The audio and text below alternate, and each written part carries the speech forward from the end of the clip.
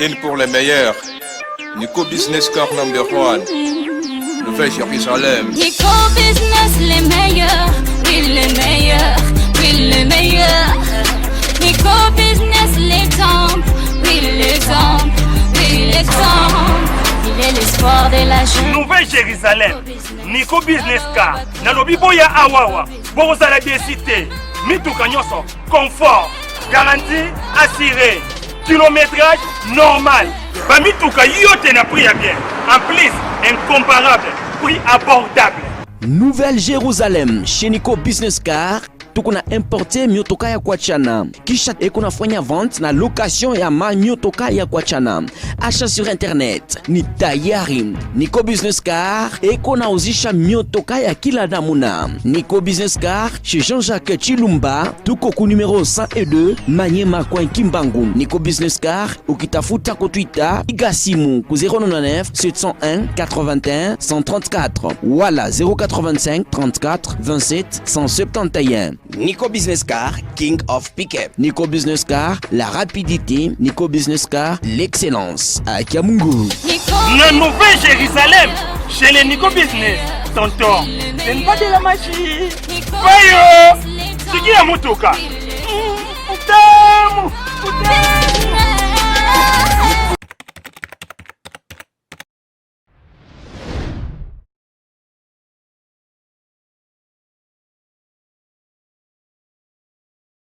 Merci Mike Luzoladio, papa na Omonte. Merci également à internaute Nyoso Oyo Balingaka Tindika en général. Papi Kamwasi en particulier. Nana moi méchant. Nanenga mukete. Parce que tu peux comprendre que Mboka. Mboka s'est démarré, Mboka s'est qui, Mboka a changé petit à petit. Na cadre moko positif pour le développement ya mboka pour l'intérêt général. Mais banchor na ebisi bino bandoki basilité balingi mboka ebongate.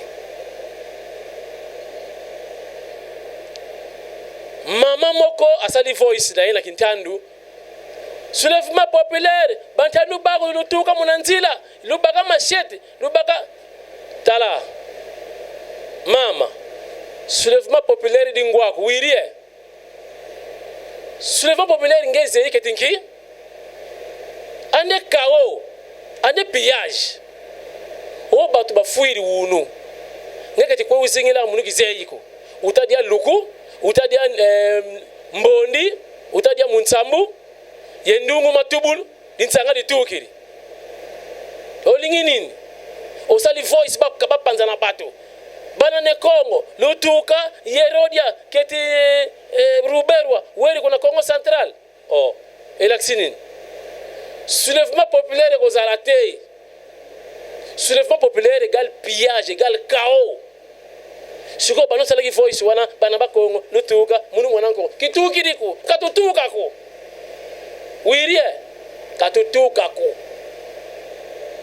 Lelo batuba bima wala machete banako papanawa. L'autre ne pas machette. Ngemo si tuka. Soulèvement populaire d'Ingwaku. Kanganwa qui fonde Kinkonga. Ezalaka. Batuba bimana balabala. Soulèvement populaire. Na premier Robert wakendeki na kisantu bakendeki makambu ya premier ministreaki ba masolo en coulisses na koloba combien de fois makamu ya Jean-Marc Kabund punda eza elote punda kana zo kota ya morgue ya mama yemo 500 francs pour matana punda eza luxe pour des années punda eza elote ezaki bina kingakati te dalaki na kisantu badala ko yoka bazolu ka profil ya premier ministre ezaki ba négociation entre cash na FCC badala ki na bango tête du fleuve mais bato bazo ya trop déranger bamoni que non et comme trop fréquenté baluka cadre moko ba se retirer bakengi na jardin botanique rien à voir na kingakati ba chevo bazala kate kuna bangombe ne bazala kuna bakendeki nango na kisantu ko se retirer après réunion donc séance tenante na ntango ya d'hiver moto basalaki d'hiver na ndenge na ye yaki déjà basalaki babalade na bango kotambola ozovisite baarbre otala baplante makambo ebele baplante médicinale tout ce que vous voulez par rapport ya richesse ya jardin botanique. Alors bachevaux mpe ezalaki d'hiver ya Jean-Marc Aboun il a préféré peut-être komata moke na achevauché na ye mwa cheval moko boye n'esprit ya bien nde bandeko mosusu wana bakomi na bango bajournaliste bazopanique Aboun bakomi filme ye voilà. Mais à mon avis il fallait pas sanctionner parce que ezalaki mission batindaki bango kuna te ezalaki mission ya koyokana makambo profil ya premier ministre entre donc masolo ya bapoliticien bango bake bachanger mission bamoni Kabundi na cheval nde bakomi bajournaliste ya Kabundi basali reportage bapublie mpe donc bajouer rôle biso tosalaka basali na place na biso soki otali bien nani mokonzi c'est Kabundi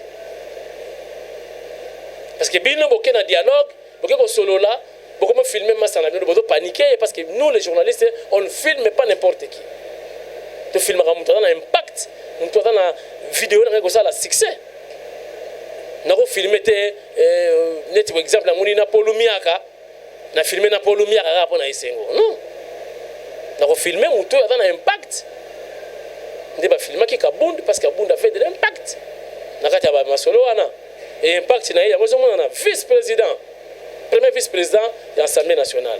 Voilà la preuve que ça a un impact. Donc rien à voir. Now nous allons raconter, bobar, raconter, le beau qui paye en outil. Voilà. À part maman wana, frère Martin paye à lobby. Il y a des cadres ici. Mais avant cela, là qu'on souligne. Namoni ba commentaire bosalinga par rapport à Emmanuel Ilunga Ngoi. Na ebisi bino Tshisekedi wa Mulumba aza esprit. Esprit na yezo côté la mutu nyonso ali sensible. Eza ko la Simon Kimbangu mwana na partout. Akota katiba ba mindele, boyoka ngoti. Donc mundele pena pesi mwana ye ko Kimbangu. Donc abimela ba te bele papa Simon Kimbangu. C'est la même chose dans Tshisekedi. Tshisekedi alobaki UDPS dans le train. Bolongwe na gare centrale bokoto ke na Matadi mbatu bako kita na nzela mutu na gare na ye arena ye batu na mataki na bamuso mataki na gare te ba mataki pe na nzela ngapa na mataki na nzela na mataki kota kisantu mutu mataka nga na train ya UDPS ezali Daniel Safu yemte bisa ngabile kinanga tokende koto awa masolo ezali nga na yoka masolo Tshisekedi bandakala mais ça faut muta pesa nga groupe na yakino futo bunde na UDPS mais botala tolongwe na kisantu tokomi na mbanza ngungu dans les safa kiti to pusani muke ba ipa kiti bozomo na mususi ka bazo kitela o na kotaka na kombote pour éviter ba polémique na sala la polémique te ba musu ba kiti pena non train ekomi pena na Matadi akiterika na mvoado Kinkanda pena yango wana mais ya kitine na mvoado mais na kata Matadi parti du pouvoir mais yo kiti ils ont mal de chance bokomeleka ke Emmanuel Ilunga mutu sabia kokomelaka kolobelaka su mingite non eza ba valeur ngana lobelaka mutu penza te na lobelaka ba valeur bolanda nga bien soki eloko tosala pour l'intérêt général yeba ko ozana soutien ya tindika ozana soutien ya papi kamwasi mais so ozana ba valeur te intérêt général les athées bon mona ngapela ndaka musika nayo ozomona ngana yebaki excellence Emmanuel Ilunga te ba action na ye nde poussenga na la kisamusa do sala pour pousser pe ba ministre mususu ba sala idem kaka ndenge ya do sala mais il est menacé aujourd'hui ba komo komeleka détourner bambongo ba komo kotaso ko suka wapi c'est parce que dozo sabanda kwa bat. Mes chers amis, général na Afrique andi makozongi sa ndaku ya civil bosi bomonango ba témoignage na ochana émission zoya ba témoignage et puis donc kata makamu ata bosali déjà la justice hier aussi ça makamu dans l'amiable sans passer par la justice n'est-ce pas mutabongo mérité ba éloge azo mérité ba soutien na biso ba journaliste tala degré na minute ba teki da ipen bobi da ipen bana kisasa ya kala bazali da ipen otonokolia ba maki ba soso ansele ba teki da ipen est-ce que ezalaka ezali ya l'état oyo ezosala route bapesa bango susu batracteur barenouveler eyidayi pene ezonga ndenge ezalaki esalisa bana kisasa toteka mpe libanda mpona badevise pourquoi pas parce que c'est ça l'économie la géoéconomique boteka mpe libanda devise ekota na mboka mais général ou bagénéraux baketya mire batya mapango na dayipen est-ce que ezalaka sango ekomeli excellence alobi jamais nazokoma kuna faut mettre fin parce qu'on a assez dansé dans ce pays danse etikali na frère Martin pour y après chaque meeting après chaque conférence aller luketo tobanda mbeya mais son excellence Emmanuel Ilunga Dieu parmi nous avec sagesse ya Salomon azokata makambo akendeki lobby akende kolebisa bato ya Daipen bacha basini na baterrain na bango terrain ya l'état mutu akoki kotonga kuna te babori nyonso batie kuna ale katula molimo Tshisekedi ekoteli ministre PV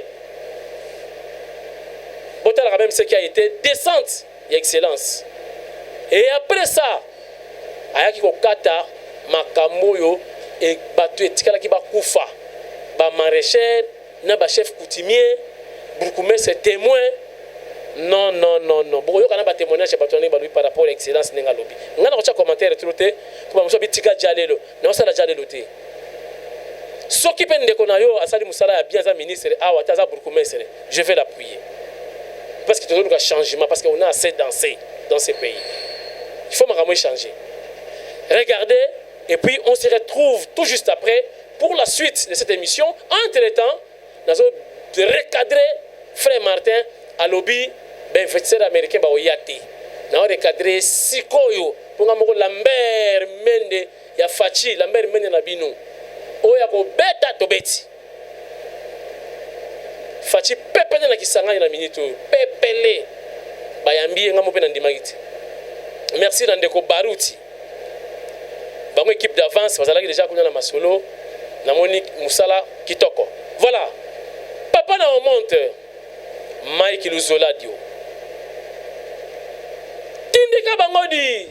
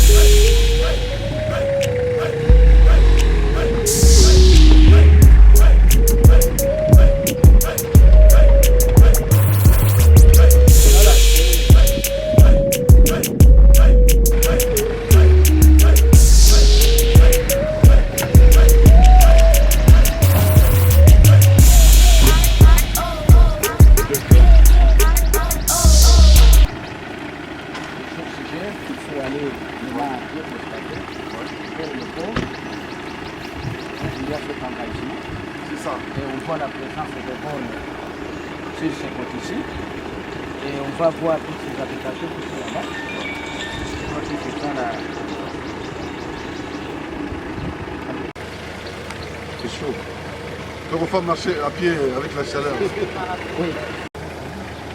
Mais ça, j'ai vu ça sur le plan. Cet espace-là, on a vu ça, non? Ouais. Ouais.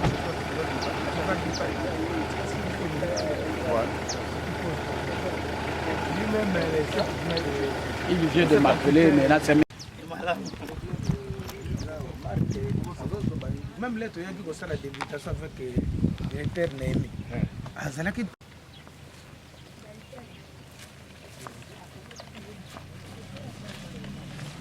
Il a repris ça encore lui-même. Oui.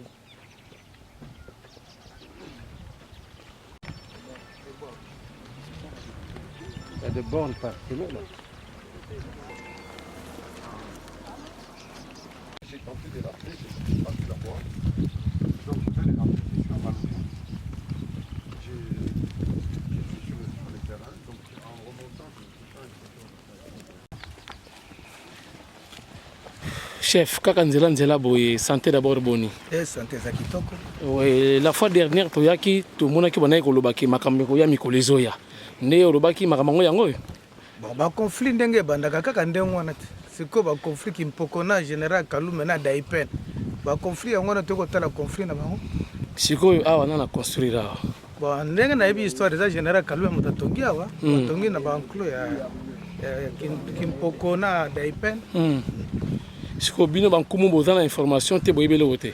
Bon mwana kota te pousse eza ba belé na ngai te ngai ba benga comme observateur et puis kolakisa banzela les propriétaires mabele na na comité. Ah ndeye to ozela. Yende kolo mabele akopesa explication malamu mais ba réclamation na yebi ndenge eza te. Mais siko site oza ya l'état to boni. Moto akopesa lumière on ezali chef coutumier ya mboka oyo apesaki mabele puisque topesaki Daipen kimpoko na mbenzali. Ngai na bango limite za mai kuna awe ezali kimpoko yende mutayibi koluba malamu ndenge apesaki mabele na ye. OK, merci.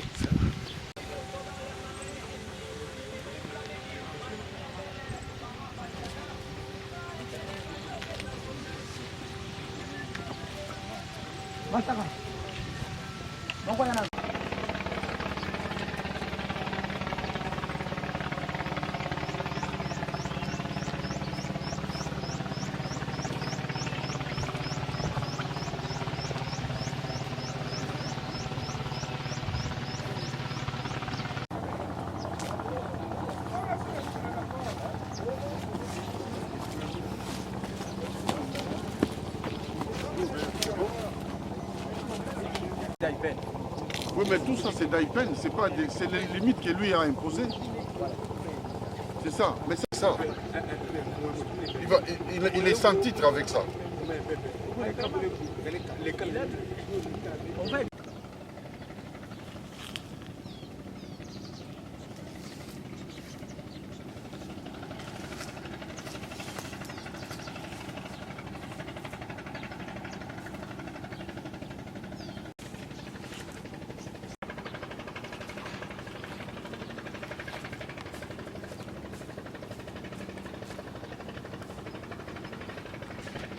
Mbote, yo papa nani? Papa Boeka. Boeka. Awo salaka nini? Na salaka ba jardin nanga na côté ya Daipen.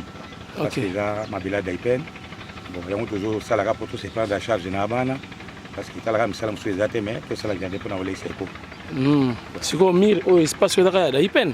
Espace on normalement eza Daipen. Mais tellement talaka ba kozi balati ba peta minene batanga ba komona bango te. Ba yeba saili misala bango na ninga na bango bilanga na biso ezali na kati. Ba benga na biso.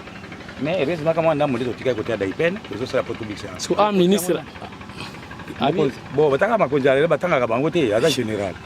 OK, un ministre général bazali ono sumbazali na général Kalume azali. Quand même bandako la biso kuna ono sumba buka kibiso mais aba to sana côté d'Aipen. OK, un ministre il pose une solution qui peut-être bako buka pour donc ça bilanga na bino yo moni boni. Selon la moni que vraiment ezali nzambe azo alukum. Parce que même ministre tout la liboso bayaka ke bako sala likambo yango batala libiso. Donc la solution est mon analyse. Ce qui fait vraiment que ils ont continué que vraiment que tout va battre les camons pour biso bato bilanga. To vivre ngi na bana. To ko komisa nzambe makasi ce qui est vraiment justice réseau ça les camons na ngezamana. Mais tu bi que ezama belade. Merci.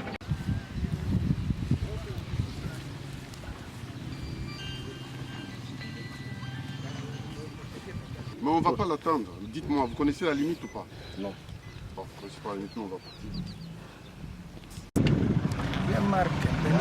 C'est on penza vraiment. Musiko toke wapi? Siko toke pa Eric musu batekeli Eric na mabela Daipen o ezana mabela mbenza place de salaki de limitation. To ko tala nde bafundaki na Daipen pa ministre. Yango siko tozokende to kona nakino ko laksa nde ba limite zalaki. Eric nde nani? Eric Mandala mutu moko ya mbongo sa tena usomba soka sala ni sobina na mabele ya leta na mabele ya Daipen na village. OK, ndeto OK kuna siko na ministre. Siko na ministre. OK.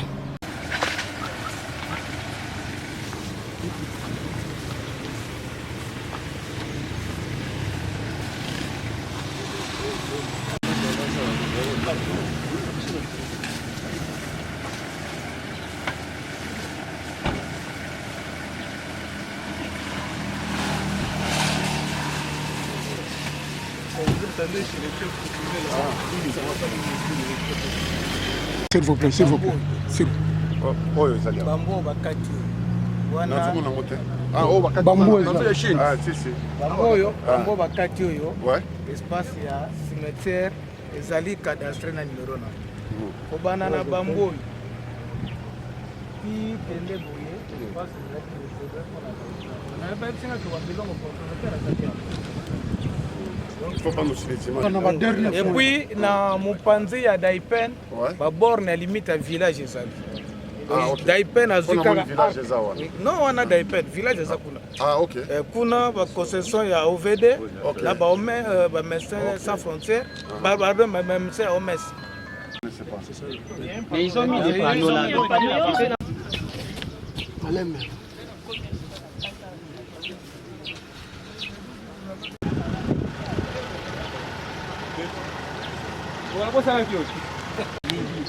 La limite, c'est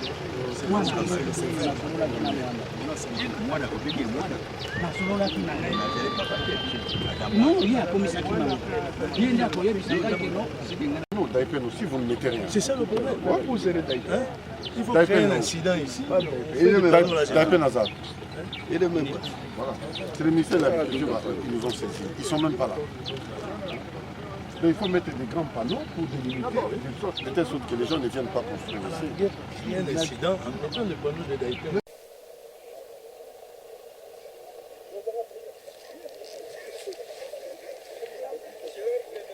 Merci beaucoup. Je suis ici à Maluku, particulièrement à Kimpoko 1, parce que ces sites que vous voyez tout le long, ça appartient à Daipen. Daipen, c'est un domaine présidentiel, en gros un domaine des Congolais. Alors ce site est envahi, non seulement de ce côté, même de l'autre côté. Il semblerait qu'il y a une autorité qui a construit un mur de plus de 1 km. Alors c'est inacceptable de venir se saisir des biens de l'État de cette manière et s'en approprier. Donc c'est pour ça que je suis venu voir par moi-même avant de dresser un rapport de manière à ce que ce qui appartient à l'État revienne à l'État. Je sais que ça ne plaira pas à beaucoup, mais c'est comme ça.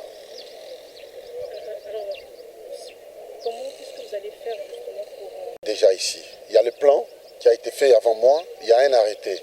Cela veut dire, comme il n'y a pas un arrêté contraire abrogeant le premier arrêté, je suis, moi, obligé de me référer à ce que le texte dit et à l'histoire. Donc l'historique de cet espace, parce que vous voyez là-bas, c'est Daipen.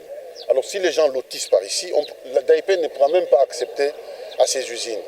Je pense que ce n'est pas sérieux, c'est irresponsable. Les bornes que vous voyez, les bornes blanches, je vais faire un rapport et on va les déterrer. On appellera les géomètres, on va les déterrer. Et ceux qui ont fait ça pourront venir me voir aux affaires foncières. Je sais qu'en ce moment, je ne plais pas à beaucoup de monde, mais c'est comme ça. Excellence, tous les alliés ouais. Descente, il y a les lots sur terrain. Ouais. Mais il y a les lots d'activité. Il y a les lots qui est sitôt ici à Nazali, et ça c'est à Daipen. C'est un domaine présidentiel. Domaine Oyo est inviolable parce qu'il est à Congolais.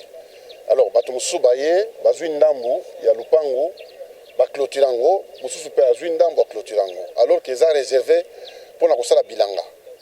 Donc, pour Natala, constaté, nous avons une décision pour Babone Longwa. Donc, c'est ça la décision que nous avons. Babone Longwa, Biloko à l'État, éthique à l'État. Parce qu'ils ont une commission, ils ont une banda côté. Oh, Bazanga Banda, ils ont une réunion pour casser la décision et aussi battre. Donc, ils ont payé le terrain à l'État. Donc, vous avez bloqué à l'État à Zongissa. C'est mieux, Moutouye Moga Zongissa, et vous avez moins humiliant qui va forcer à Zongissa. Excellence, mingi ça la constat que on va dans biloko ya l'État, tout biloko paye en particulier. Pendant mingi homme fort, est-ce que la tâche facile pour nous résoudre parce qu'il y a déjà plus de 40 cas déjà à résoudre. Est-ce que ça la facile pour nous sagesse sur nos yeux? Non, ngai nazo sala l'État musala. L'État zo futanga pour na sala musala. Mutuana ya soka lobi aza fort. Donc force na eleki à l'État. Azala face à l'État. Na sala ngona kombo na ngate za na kombo na bino nyonso. Na yebi ke ba mususu bazongisi biloko ya bato bazotala ndenge nini bakosala nyonso mpo na échoué mais eza biloko ya bato tokoloba eza biloko ya moyibi fo ezonga eza normal biloko eza ya yo te ezonga na mokolo nango. Merci. Ouais. Non, je dis Yo tu vas ton lobby j'ai dit, on a lobby lobby tout j'ai dit. Mais le compromis c'est pour quand? Non, jeudi. Jeudi 11h30. Les Congolais appuient ça, les Chinois, les Indiens, les Libanais. Na Chine qui fana na Chine. Kaya tongi na kata mboka. Non. Donc la Chine on va ça kuna. Il faut semaine avant samedi. Il faut dégager. Il faut dégager. Parce que eux ils n'hésitent pas. Vous savez, j'ai des Congolais condamnés à mort en Chine. Les Chinois. Oui, les Badjifo. Même espace ils ont fait ça pour problème. Bangala ils a bango. Bango on a dit mais ce que ça ne doit pas qu'il faut signer le Mikanda de façon que pas zone ça dit ça. Même va faire de l'année va bloquer. Pas chinois. Ba chinois te ba Badjif. Le lait va délimiter quand on va faire si bango pour que donc on va tirer déjà en valeur moi toi attaquer. Mais va reconnaître va donner va reconnaître va donner. Tango tokotinda bana babuka ndunda basala bo destruction méchant mais mabele na biso moto zoliata hein chef vous en prie maman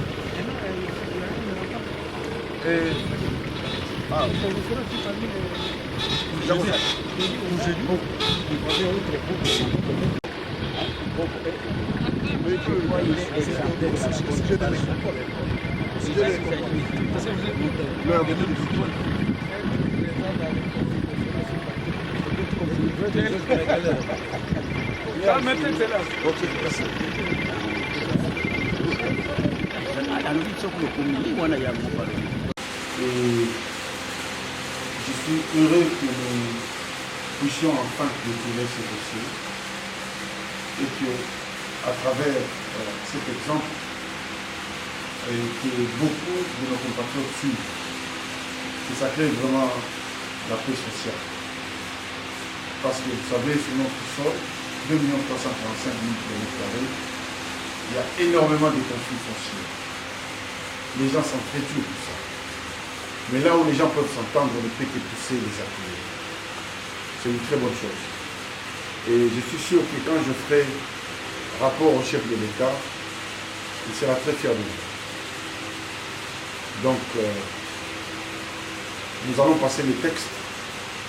Je passerai la parole au DIRCAB et au DIRCAB également provincial pour continuer la suite et vous passer les textes pour lire, après nous passerons aux signatures. Mais comme on ne boit pas l'alcool dans un ministère, on va boire de l'eau. Hein? Oui. Ça suffit l'eau, bien vous voulez que l'alcool. Hein? Qui sont pour l'alcool? Là c'est la vie. Là c'est la vie. Donc,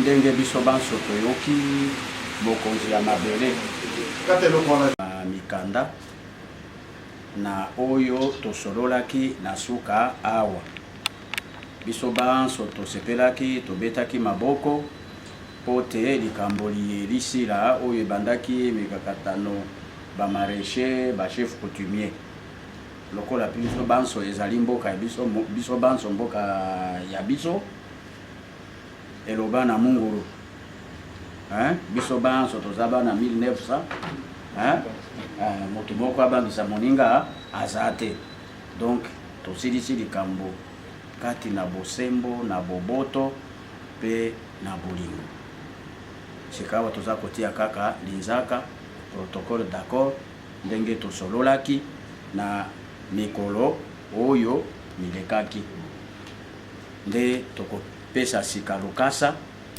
na page boza ko parafe deuxième page vous parafe na suka esika kombo ezali est-ce que kosenga natanga na pesa pe maloba na directeur gouvernement provincial de pe bokonzi na bino parce que bango nde baza kokamba bino na katikati ya vie na pesi yo maloba mwana tondi puis na pesi ya lukumu epai ya nzambe ndenge apesi ya baministre bwanya ya kosangisa biso tolobaki yango eza likambo ya tomayola bongamolai te oyo totie na mokanda awa ezali ndenge tosulolaki yango tokutani mpona kotia manzaka mpona kosilisa likambo yango ya mokuse nazali nango kaka yango wana tokotia manzaka tokopesa matondi monene epai ya mokambi ya likambo etali mabele ndenge asangisi enkumba ya Kisasa ndenge asangisi bourgmestre azali awa ndenge asangisi bino bamaraîcher ezala baoyo baza sikoyo na ebonga ezala bao bazalaki kala na chef coutumier ndenge azali awa nyonso wana na miso na ye na bolandi ya ngeki belene ya ye kaka na mokuse nazalaki nango yango wana natondi bino motondi portant règlement à l'amiable d'un conflit foncier sur la bande verte de la vallée de la Funa, située dans la commune de Mongafula. Entre les sous-signés, 1. L'ayant droit coutumier Ngandoli Albert, du village vallée de la Funa, si après dénommé sous-signé de première part. Le maraîcher de la dite vallée, représenté par M. Sabou Mvouama Albert, président. Il est où? Il est là. Une lady notable de la vallée Funa, il est là. Mukenge Boapwa, secrétaire, occupa des lieux à titre précaire en vertu de l'arrêté ministériel numéro, l'arrêté que nous cherchions, si après dénommé sous-signé de seconde part, sous la supervision du ministre des Affaires foncières à l'intérim, assisté de la ville de Kinshasa, représenté par le directeur de cabinet du ministre provincial en charge de l'agriculture, développement rural et affaires foncières, et bourgmestre adjoint de la commune de Mongafula. Il est exposé préalablement que la bande verte de la vallée de la Funa relève du village qui porte le même nom, fait partie du patrimoine foncier de l'ayant droit coutumier Ngandoli Albert, que depuis plusieurs décennies, la dite bande avait fait l'objet de négociations entre les ayants droit coutumiers et l'État congolais. Et ce dernier l'a réparti en 3 blocs, à savoir le maraîchage, la pisciculture et l'élevage. Le site est à vocation agricole et mis à disposition des maraîchers qui l'exploitent à titre précaire en vertu de l'arrêté ministériel pré-rappelé. On suppose déjà que vous avez donné les indications. Les éleveurs et les maraîchers du site en ont changé la destination agricole en celle résidentielle, allant jusqu'à signer les cessions des terres à titre onéreux, à l'insu de la République et des ayants droit coutumiers, sans titre, ni qualité, ni droit quelconque leur reconnu par la loi, et ceci en violation de la loi foncière et aux impositions impératives d'ordre urbanistique. Mécontent des actes décriés, l'ayant droit coutumier Ngandoli Albert a dénoncé les faits auprès du ministre des Affaires foncières à l'intérim, ont fait de départager les parties en conflit. Cherchant à privilégier la paix sociale, on sait de 2 cas, et aussi à faire taire définitivement les conflits fonciers, son Excellence, Monsieur le ministre à l'intérim des Affaires foncières, Emmanuel Ilungangoy Kassongo, a offert ses beaux offices à cette fin, conformément aux orientations contenues dans le discours programme d'investiture de son Excellence M. Félix Antoine Tshisekedi Tshilombo, président de la République, chef de l'État. Le règlement à l'amiable de ce conflit est caractérisé par la délimitation des terres sur les 2 lieux et leur répartition entre les parties et différents intervenants. En foi de quoi, il a été convenu et décidé ce qui suit. Article 1. Les parties sous-signées de première part et seconde part s'accordent et s'engagent au respect strict de chaque emplacement occupé par l'exploitant agricole sans changer sa destination, en traçant une droite parallèle à la rivière Funa à une distance observée de 30 mètres à partir de la rive droite. Article 2. Les sous-signés de seconde part s'engagent à restituer au profit du sous-signé de première part les terres indûment occupées après changement d'usage résidentiel ou de destination. Article 3. Les parties sous-signées de première part et seconde part acceptent que la circonscription foncière de Mongafula poursuive les travaux de délimitation et reconfiguration des lieux en vue de régulariser les occupations résidentielles de fait. Article 4. Le présent règlement met fin à tout conflit encore pendant entre les sous-signés de première part et seconde part. Tout conflit pouvant subvenir à l'occasion de l'exécution ou de l'interprétation du présent acte devra être réglé toujours à l'amiable. Article 5. L'exposé préalable fait partie intégrante du présent règlement. Ainsi fait à Kinshasa le 23 avril 2019 en 6 exemplaires, chacune des parties ayant reconnu en avoir reçu un. Au verso, pour le sous-signé de première part, Ngandoli Albert, Baka Germain. Les sous-signés de seconde part, Sabou Vama Albert, président de maraîcher, Mukenge Boaba, secrétaire, Maïloué Bosukam, Lady notable, Zunzilanga, Lewis Maya Mweni. Assistance, commune de Mongafula, Trifo Woben, bourgmestre adjoint. Ville de Kinshasa, ministère provincial agriculture, développement rural et affaires foncières, prof. Fidèle Zegbe, directeur de cabinet, José Koul Moul Abin, conseiller. Le superviseur, Emmanuel Ilungangoy, ministre à l'intérim des affaires foncières. Voilà.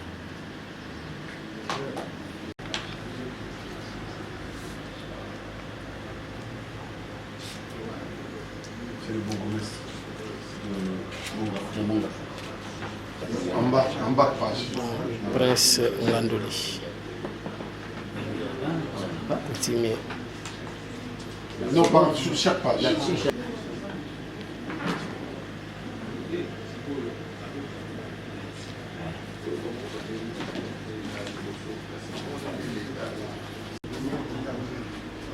chaque page.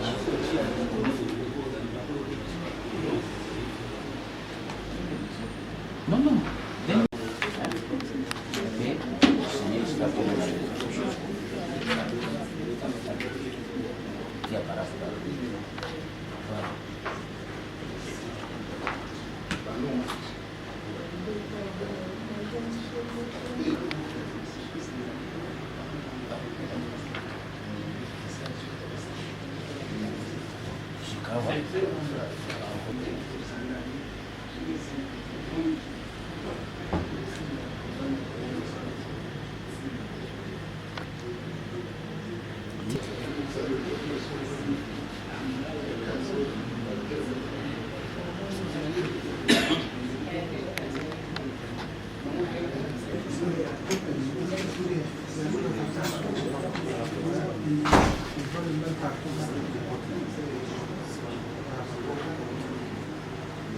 Privilégier les dialogues avant toute chose. Merci.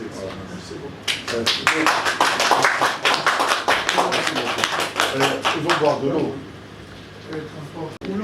Na misu ya mokonzi nini koyebisa ye s'il vous plaît na misu ya mokonzi nini koyebisa ye vraiment naza na esengo mingi mpo conflit oyo esali bambula na bambula vraiment na mayele oyo nzambe apesi na excellence Ilunga vraiment donc nazangi na maloba ya koloba na koremercier kaka nzambe mpe na kosenga na président na biso Félix mokonzi ya mboka ya république que a reconduire ye kaka vraiment atika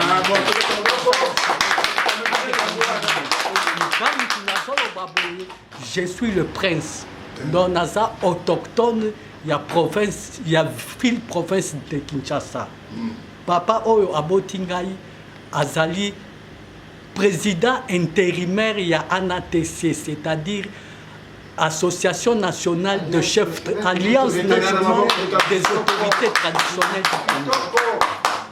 Merci. Je remercie.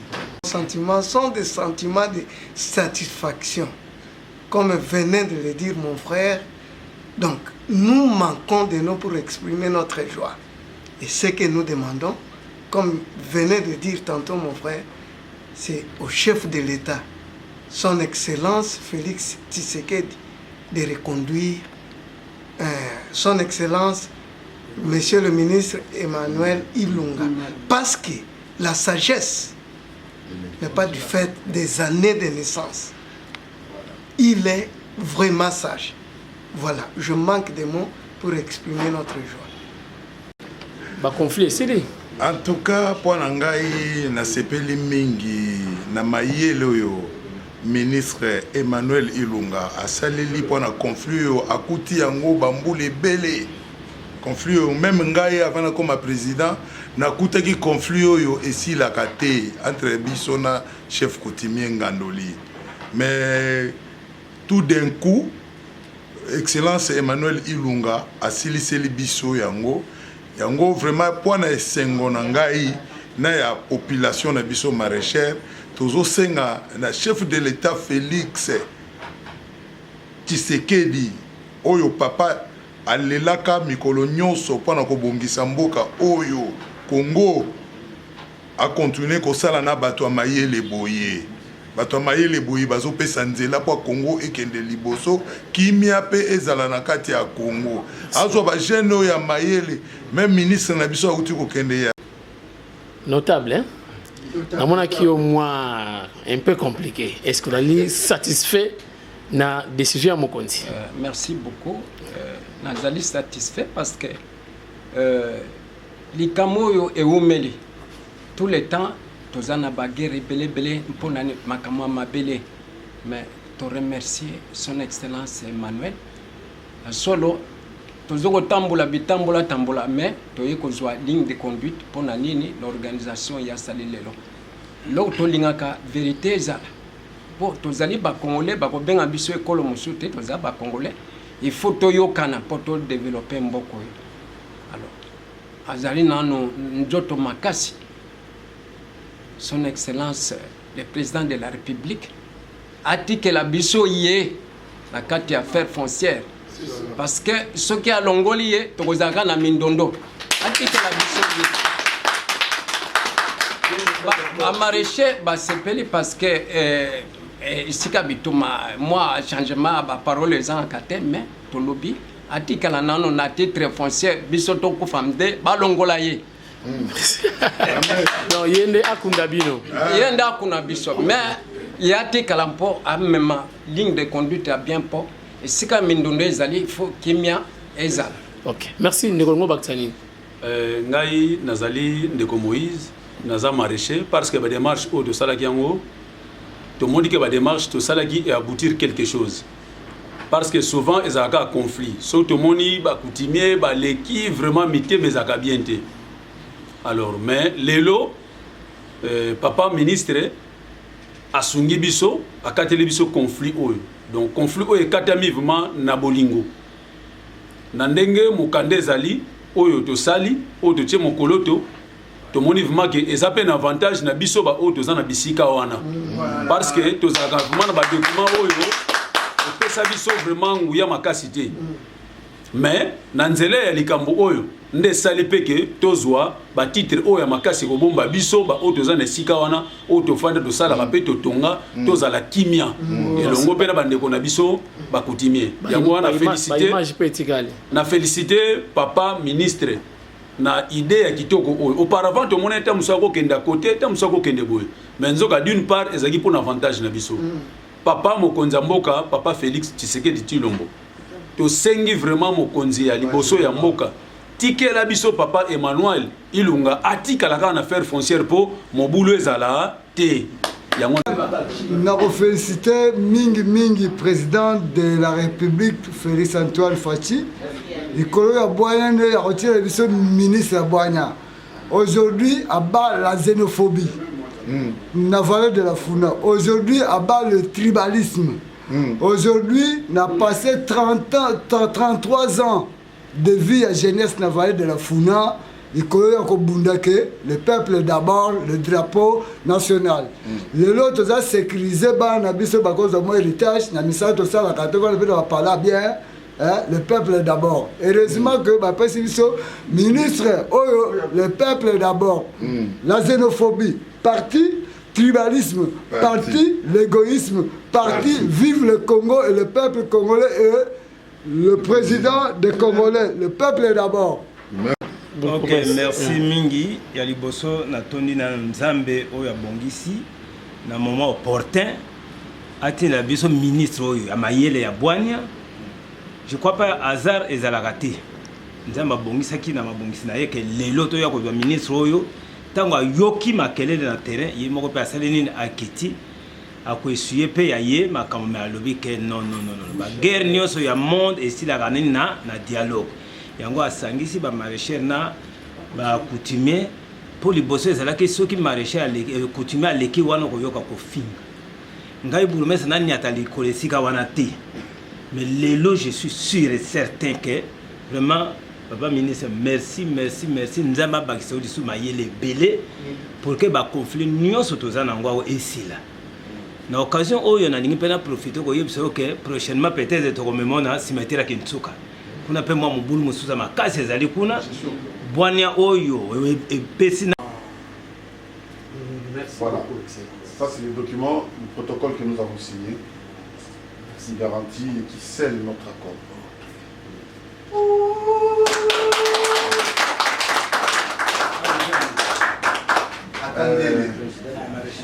Le président des maraîchers. Ça vous sonne.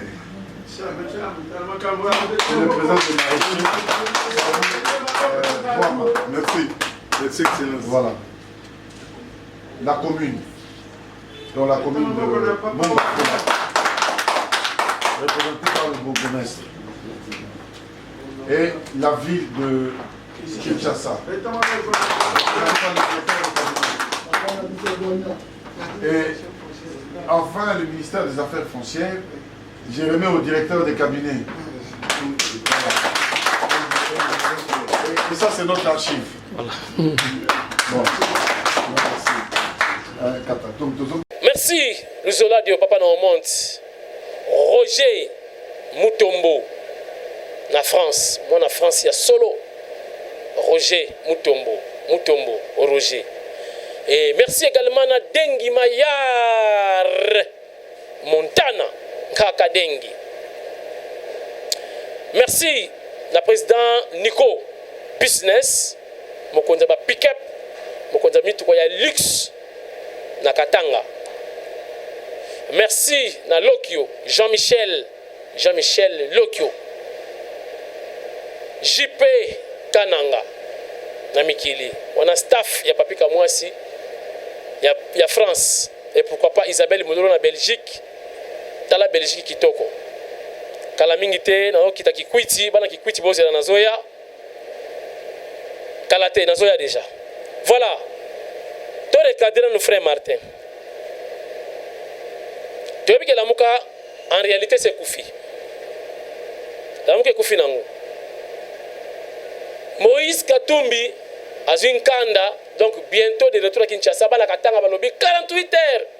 Pèse sa position. La mouka ou pas la mouka. Mais la mouka kuna de quoi frère Martin. Premier ministre qui a 600 maisons à Kinshasa. Vertige. Oh non. Katumba la vérité.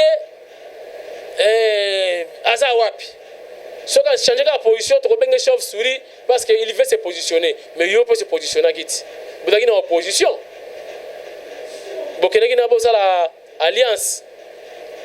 N'a pas perdu. yo ma premier ministre eti pesa biso bilan na yo nzimwankadi Moïse Katumbi a 48 heures bapesi na bana katanga après sa position bayebisi fo longwa la muka. De l'autre côté, frère Martin Vertige a combien de monstres fabriqués par Moïse Katumbi terrain baby. Pour ça, Katumbi s'est retiré, il a chaos total. Parce que déjà de l'autre côté, Jean-Pierre Bemba, il y a des économistes. Économistes, c'est 1000 francs, avant ça 1500. Mais avec 1000 francs, n'habitude parce que déjà, le projet de la Mouka, déjà c'est fini. Frère Martin Lobi, chef de l'État, au salaire une année. Oh, on n'a pas que les bosseurs au salaire 6 mois. 6 mois. Il y a aussi qui c'est l'équipe. Voilà. Au combien au salaire une année. Kuna prophète danseur à Lobi au salaire 2 ans. Finalement, tu as vu la nan. Beaucoup changer la date. Oh, ben investisseur baroyate échec aux États-Unis. Mes chers amis. Biso tout la ni bilili boye bisanga vérité na Fachi na frère Martin dans sa succès aux États-Unis. Frère Martin ça ba conférence na ba salle ya ba université o ba luwaka na bango na mbongo ba américain ni ba invité à la conférence na ba vidéo botali ba moni combien de mindele o ba américain ba zo kai merde na merde nzimwaka na nzimwaka. Tout le monde Fachi va simuler parapluie et pas il y a Marines américaines. Et bon goye. Ami simuler parapluie moi. Différence c'est moi nana. Déjà, ce que j'ai appris, n'a confirmé. C'est vraiment la conditionnel qu'il semblerait que l'armée américaine a doté déjà matériel lourd et armement lourd dans FRDC. Yero kabi tokotala ba américain ba oyate tokotala soki yenani tokotala oko changer ba date frère Martin oko changer ba date yo tolaki président on saka 2 ans on sa élection mususu ozid na ba patron na yo ba so place wana lo ba o changer les banques pour changer la rabat soulèvement populaire kunkatu ezate soulèvement populaire anine. Le président et opposant Abimi. Malgré il a une mission, suicide, comme Jésus-Christ. Il y a que diable dans ma belle, il y a que nous sauver Mbokawa. Jésus-Christ a une mission. Fachi pas sauver RDC. Vous voyez bien noté. Mais dans ce pays mikolo accoutrement ya Fachi ba costume na ba bako sa to beta wana pardon.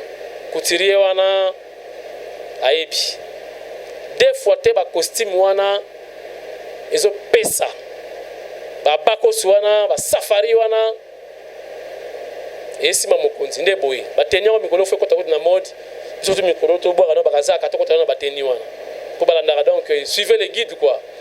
Merci beaucoup frère Martin oko changer ba date Fachi da pepele ba date bozo pesa ne ko simba te ni ba prophète ni ya bino ba politicien parce que c'est lié na jalousie et simba te. Merci, je crois te recadrer bango l'esprit a bien vous la pepele ba ko changer ba date ndenge ba lingi donc Fachi pepele UDPS pepele lelo to zela Jean-Marc Aboun premier vice-président il y a Assemblée nationale candidat unique donc à qui déjà pepele ouais rebondisa UDPS zala makasi parce que babitumba bozo ka mikemika Jean-Marc Aboun là ba bébé na ebsibino kabunda bundi bitumba na une partie je dis bien une partie ya famille ya président Félix et Étienne une partie ba bana douter na ye ba bundisa ki ye kabunda bundi na kati pe ya UDPS ba combattre ye kabunda bundi na bata PPRD 3 combats consécutifs et il a gagné. C'est un vertébré. Kabound n'est pas n'importe qui. Poids mouche à Kolonga Kabound, il faut de la poids lourd. 3 combats consécutifs. il a vaincu. Oyo etikala makelele moko ya pamba. Dibayeli yo mbongo na ndako na jeep oteka parti. Tshisekedi Etienne akufi. Parti Tshisekedi maboko kabundi. Na Malette, président intérimaire. Alors qu'on soit parti en Tchèque, on pas Kabila Bizouano, il n'a pas fait. Les gens partis comme un pouvoir, on est à Teka. Soit on est la Fati.